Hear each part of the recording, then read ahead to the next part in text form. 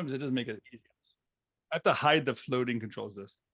All right, well, let's kick some stuff off. First of all, I just want to welcome Footy to our weekly briefing this week. Footy, thanks for joining us and putting your thoughts and concerns out there. This is the weekly briefing where the once a week time we kind of set up aside a moment to discuss current issues. And as many of you know who are on community saw Footy's post, and even this little tagline, as he said before I started recording, the what to do when net 30 becomes net dirty is totally his post and his tagline. So Footy, welcome to weekly briefing. Thank you. Thanks for joining me here today.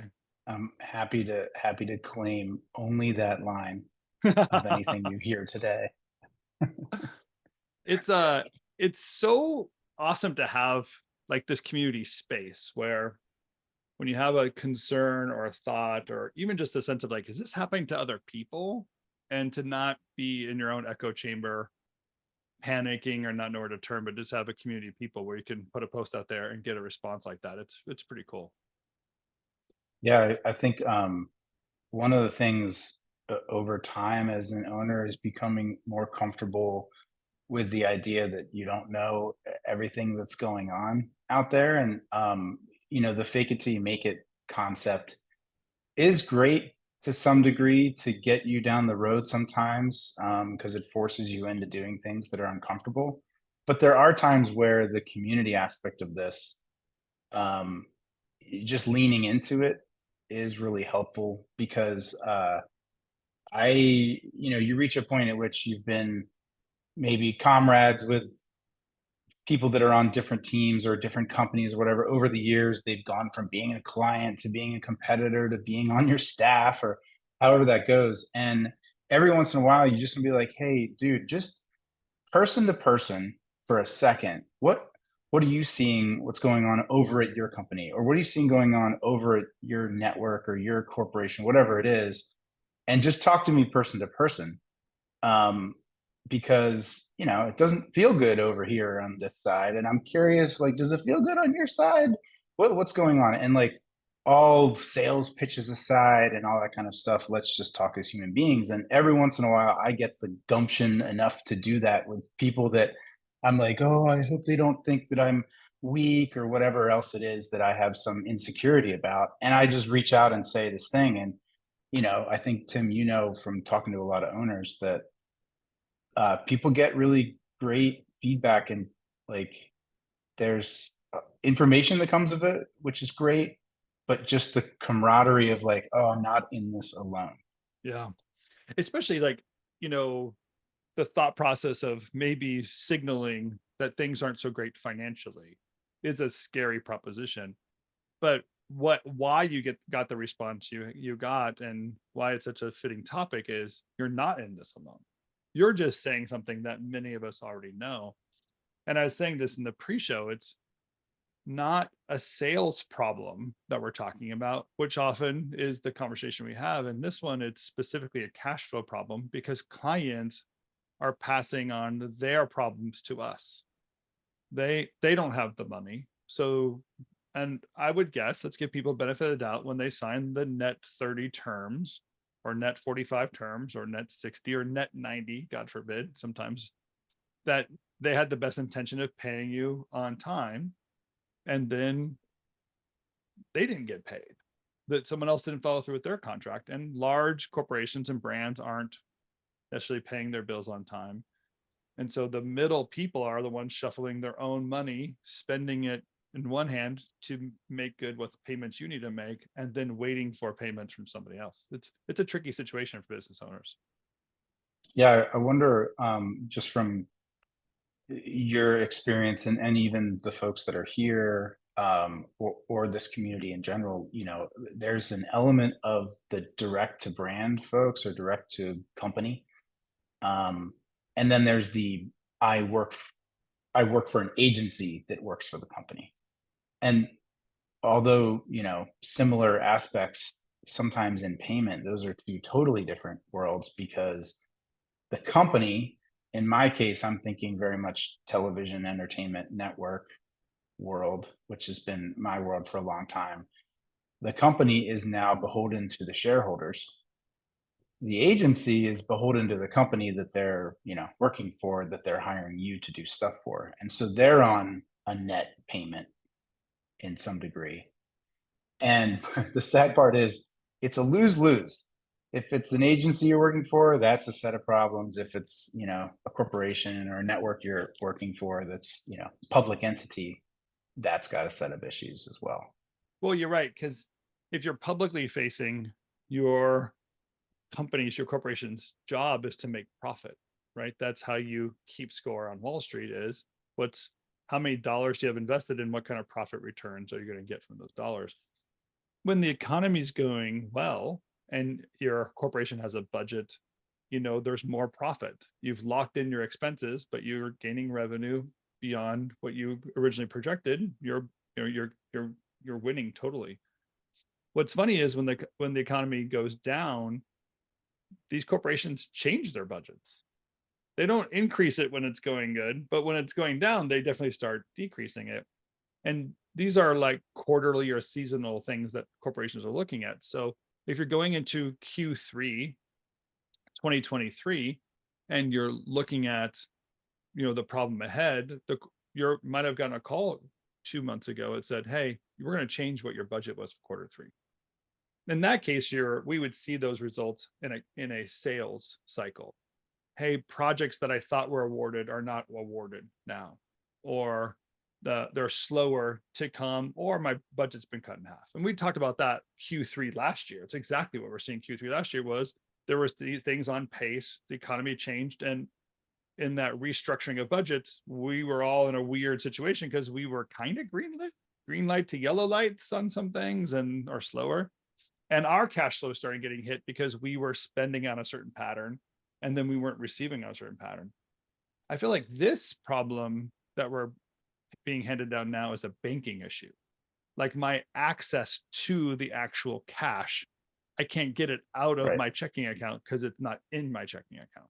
Right. And the lines of credit that I once had to cover that, banks' interest rates increased or banks decreased their vulnerability, and the reduction of cash has left brands and agencies without that float money. And that's probably why we're getting hit. And to some degree, and I don't know if this is encouragement or maybe just a hand on the shoulder, is you guys often talk about, is it a sales problem? Is it a sales problem? And we're kind of describing this as a sales problem, but unlike the previous sessions of the last 10 years with you guys on this topic of sales, this one isn't your fault. This one is, right. There are lots of things we can solve from a sales perspective of, fixing this, that, and the other, and adjusting and your positioning and all that kind of stuff, and figuring out where do I need to pivot. But there is a point at which you're standing there like, I've done everything I can do. Yeah. And don't take it on the chin as this was your doing.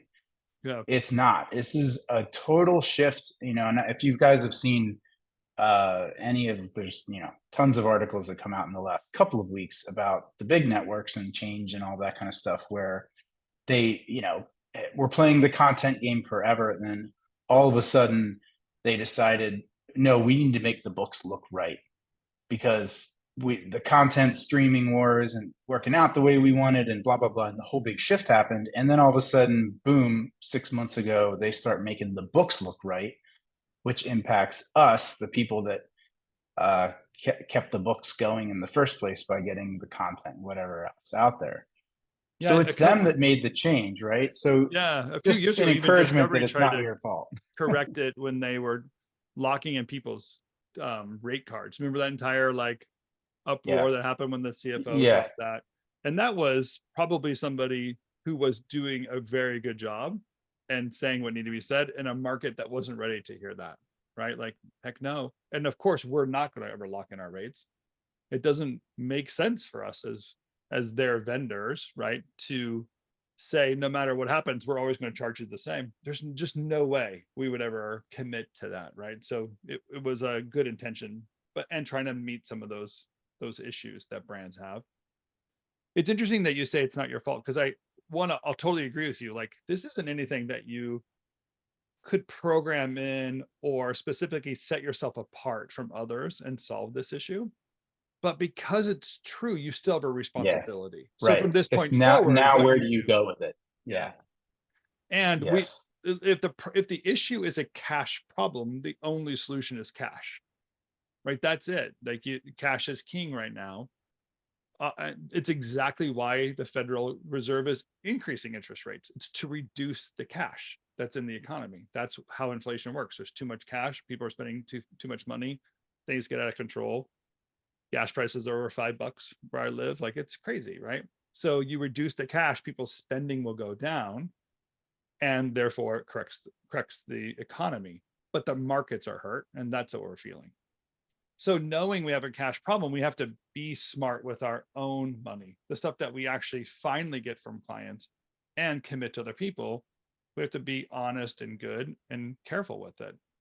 In some cases, I've been pulled into situations long ago and even recently where I've had to teach somebody to not pay their bills the way they've been paying it because it's not coming in the way it used to. So Yeah.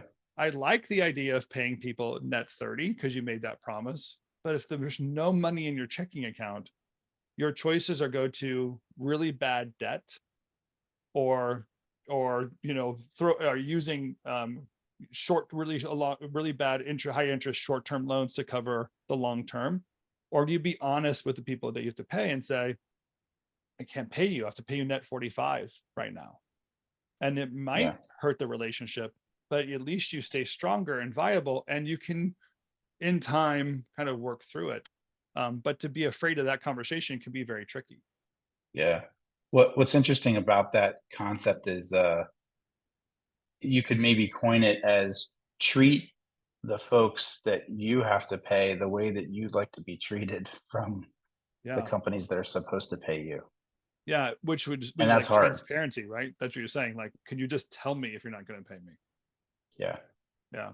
Yeah. And then, on the corporate side, I asked one of my folks, I was like, how do you're not we've got like a creative staff, and then we've got like the operational staff, and the operational staff are the ones that deal with payments and finances and all that kind of stuff, budgets.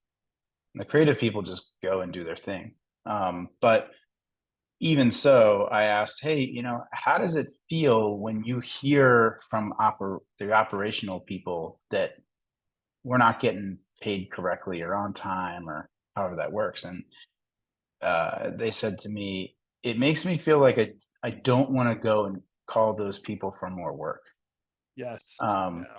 and so there's two sides there. There's one is like, yeah, I don't want any more work from you if you're not going to pay. The other one is like, well, there's no reason not to then reach out to the new folks now, right? Where sometimes you have that sunk cost feeling of, well, maybe it'll turn around, and I've spent so much time, I've known this person for 10 years and they've always given me work. Well, it's out of that person's hands. So now there's no reason why you need to hang on to them. You can still be in touch, but from a new sales approach, um, it's all the more reason to jump out and find new Yeah, folks. that's another area of, I'd say, your responsibility in this moment, right? So it's not your fault that you're here, but it could be your fault if you don't do something different. And what your team is saying there is, I want to qualify people differently. When Yeah. they say they're Yeah. going to pay me net 30, do I trust them? And or is this, if I don't trust them, how qualified are they to do a project with? Even in that qualification, you might say, well, sure, I'll do this project, but because I don't trust you, I'm charging you a lot more money than I would have if we had a good rapport. And maybe you won't award me the project because I'm too much, but if you do, it's worth the risk reward relationship we have to extend it out longer because I'll have a greater reward in the long run. Yeah. Now don't get cynical. And on those new sales calls, your first line is, hey, so do you guys pay net 30? Yeah, exactly. Right. Put your name right Hey, here. just checking. Just checking Can this I box real see quick. the last 5 people you paid and see if you paid them on time? Right. Yeah. No, but in qualifying those leads, if when we think about the 3 R's, right? Relationship, real, and reward. That we're talking about the relationship and reward part of it, the cash reward being the cash part of it. Like, is the money worth it? And is the relationship strong? Right. So regardless of the creative ability, those are the two that are under stress right now when it comes to being paid or not being paid on time. It's very uncomfortable. I don't think anyone here would say it's their favorite thing to do, to call a person you have a relationship with and say, hey, you owe me money. It's a bad, you people wait till way beyond where they're supposed to make those phone calls. Even though it's that person's responsibility, they're the ones not paying you. You feel bad asking for money over and over and over again.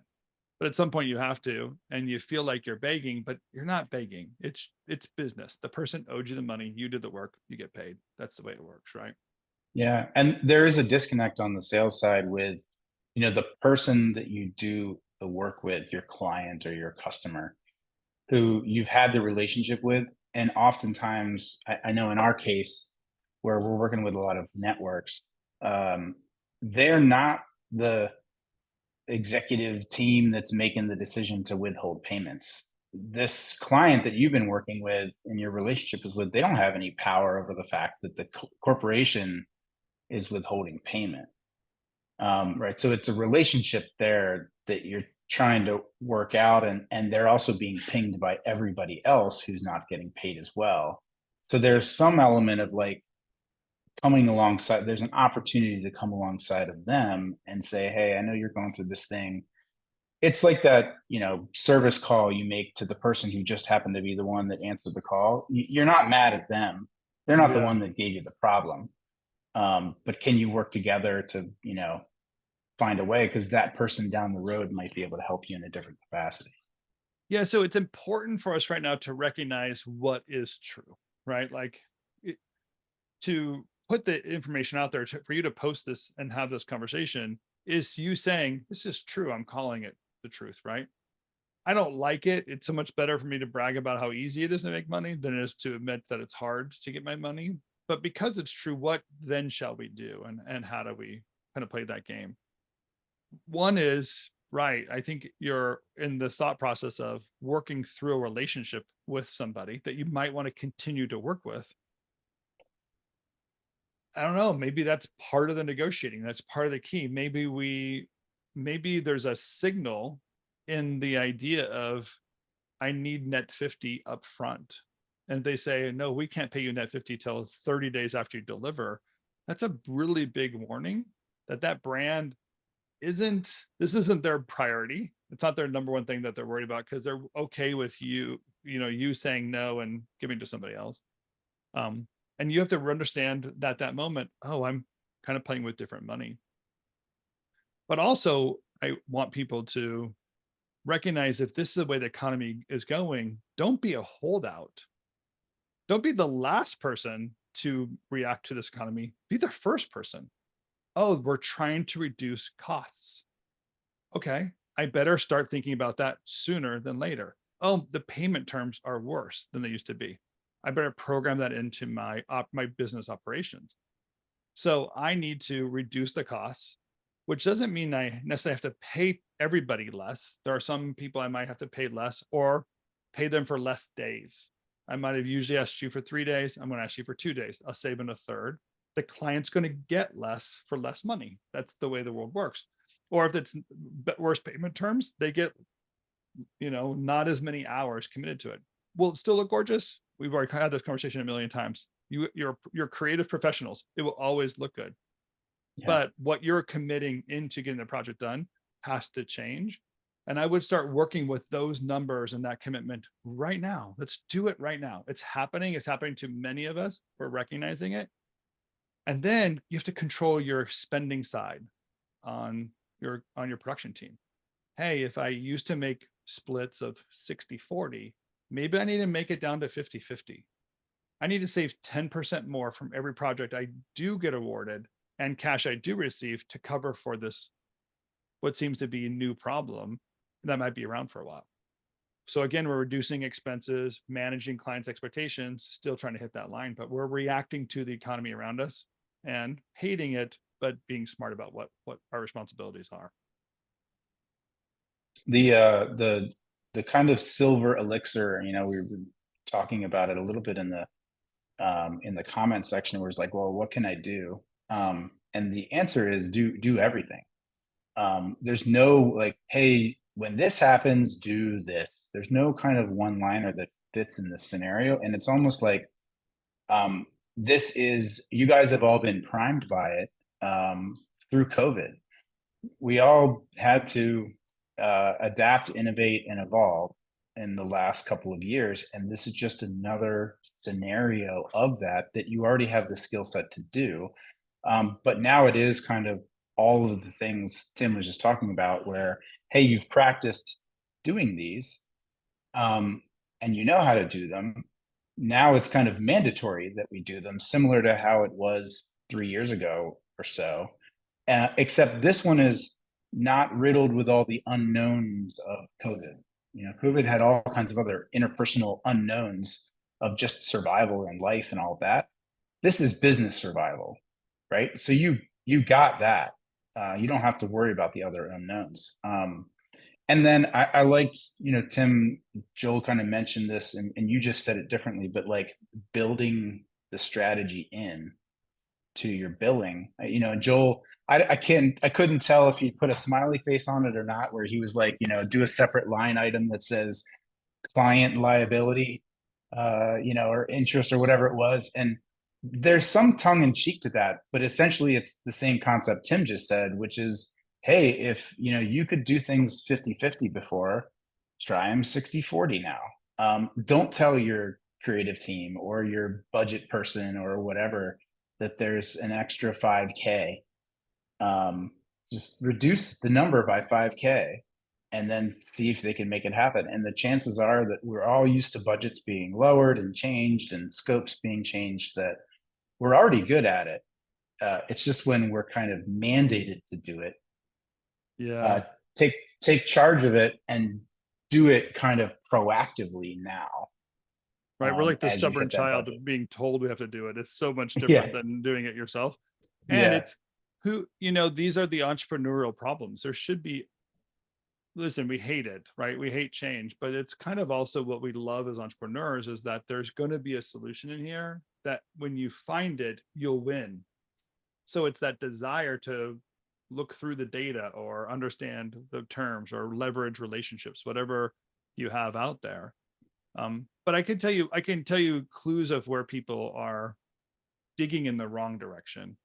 You know, it's really easy to find poachers in this seasons like this. And so factoring companies, the factoring is selling off an invoice. So if I received or delivered a project and now I'm owed money 60 days from now, I can sell out that invoice at a discount, 2%, 3%, 5% discount based on how long it is and how risky it is. And you get, you know, 95% of the money instead of 100% money, and the factoring company gets the rest. Well, that factoring company is just, all they are is a cash company moving cash around, taking a little bit of risk in it, but they obviously are insured and make money. We hear that as good news. Oh, great, I can get my money sooner. I just have to lose a little bit. And I would say, wow, if you, it's interesting that we can get to that conclusion, but then we say, well, then why don't we teach our clients that same lesson? Oh, if you're going to extend it 60 days, how about I charge you a little bit more? Or even without, you know, Joel's tongue-in-cheek ideas, like put it as a line item. What I'd say practically is, no, you just produce less.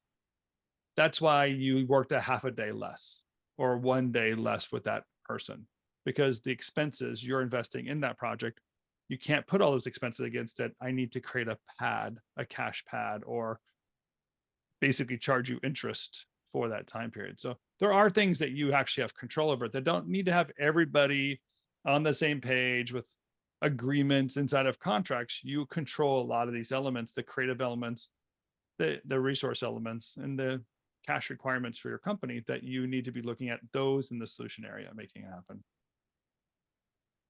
and then don't feel like you're alone in the battle. Not only do you have, you know, the RevThink community, but also folks that are, you know, on your team. I know depending on the size of your team, sometimes you're the person that's doing a lion's share of it, but those of you that have other members, I would say don't leave them in the dark. one of the things that we've had personally on our squad is kind of a rally mentality where, the owners get a lot of information from clients or long-term relationships or in the dealings, and we have this big picture, but we sometimes don't want to share the big picture with everyone because it either looks too pretty and everyone's going to ask, should I make more money, or the reverse is it looks sad and dangerous and you Yeah, know scary. Yeah. right, scary, and you don't want them to know, oh man, every day I'm thinking about this all day long. But in our case, um, we let everybody know, hey, we need you guys to rally around this. Like, we don't have all the answers. For a long time, it was there was a feeling on my part that I'm supposed to like have all the ingredients and how to put them together to make the thing right. And then I just tell everybody to go and make the food, and it will be delicious. And there are some times where everyone else has different experiences and relationships and what have you, and they have their own abilities to peek behind curtains and talk to other people and come up with ideas. And I think inviting them into the conversation to some degree and saying, like, guys, we're up against this thing that we've never been up against before. And I really need your help. And the folks that want to be gamers and go for it, I think they will surprise you. And that's what happened in our case. And Yeah, there's, that's great. there's a rallying effort. That's great. So I want to summarize a couple of things just so people kind of get a sense of what I think we've learned and kind of heard. Number one, I like this idea that you're not in it alone and this isn't necessarily your fault, but you have to react. This is your job in your moment. So lean into the things that you can control, right? You have to be in a cash position. So if you don't know this already, the answer to this shows up on your cash flow, your cash board that we put together, because the opposite of money is time, and you're dealing with a time issue. Therefore, you're creating a money issue, or vice versa. You need money to deal with this time. And the cash board is where you extend money and time. You line the two things up when certain things are going to happen and how much, and you make things fit there. So you really have to be cash flow positive. You really, really need to. So if that means taking an honest look at some expenses, taking an honest look at how you produce projects and so on, you should be focusing on that. Don't be too reactionary. Just recognize where your decision points are. But also, like, you want to use your money and your time. Be honest with your vendors. Be honest with your clients. Let's find out. Let's get as much transparency as possible in this relationship. Please, please, please do not use your line of credit to get through this. Do not do it. It's bad credit. And you're basically just postponing an inevitable issue, and you're going to be that much further in debt by the time you get there. So let's not touch that. Let's deal with this on this side of the cash side of the business. If you have leaned on your line of credit, then you have to adjust your splits now. If you are not leaning on your line of credit, but you need to adjust your splits now. Start looking at how you produce projects and how much money you're spending on the project with less favorable returns, and then adjust the expenses to match the returns you're going to get. That's your job as a business owner, and manage those client expectations to meet that. Right. Those are all the situations that we're kind of stuck with in here. And last but not least, Footy, you said it, there are other people going through it as well. So keep on talking to each other, get some encouragement. I don't know. There's like a faith based to this thing too. It's like, you're going to be okay. Step into it. We know it's going to get there, but let's put some heart and mind into this as well. So Yeah. I love it. Footy, thank you so much for being my Thanks, guest Tim. today. Nico, I see you on the top of my screen this whole time. You're joining me tomorrow for Confab, right? It's you and me, kiddo. Yep. We're going to talk about some CRM stuff that you put in place. Nico is like, if you're a CreOS person, Nico is like CreOS 9.0. He just takes everything we've given him and he's advanced it to such an nth degree. So he's going to share some of that tomorrow on Confab. So if you're a Confab member, I look forward to seeing you then. And Footy, we'll see you in community. Keep up the conversation, the comments. Thanks again for your support and your encouragement here. Yep. Thanks, everyone. I'll see you guys next week. Thank you.